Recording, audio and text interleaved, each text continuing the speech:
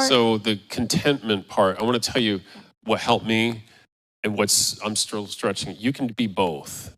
You can be content and have desires at the same time.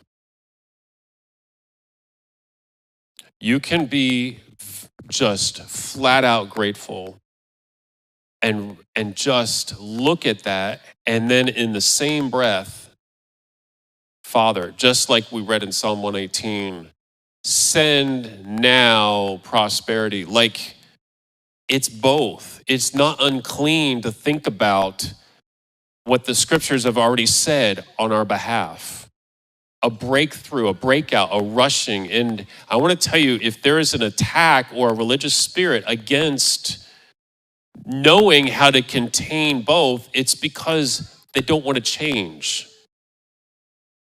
That's okay. It's almost like the same, I love the apologetics Pastor Henry would do. Like, for those that don't think healing is for today, don't worry, it'll never happen to you. But in the same tone, if you don't think that you are supposed to be abundant in anything, don't worry, it won't happen to you. Some people really feel, if I receive abundance, I will be evil. Or here's the other thing, if so-and-so has abundance, what ends up happening is that that person has a religious spirit. They are the gatekeeper on what that person looks like, acts like, sounds like, and how their finances should be run. All of a sudden, they are the Holy Spirit to that person that has abundance. That has got to go.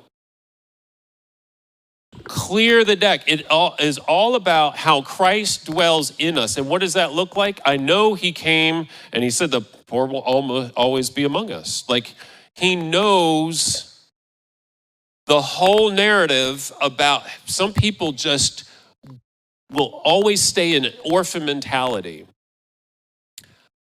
I'm just telling you, Hope of the Generations Church, we are going to take on the spirituality that has made growth and the ability to give and to actually receive love more freely at a level that we've not seen before. You're allowed to tag along. We're allowed to come along these scriptures. But if you're struggling with it, it's not you. And I tell you, I got to speak up against the stuff that I just felt so content growing up. I was just a content kid. It's not that I did anything wrong, but I just didn't want to put another person in an uncomfortable position because I asked them for something. You ever feel like that?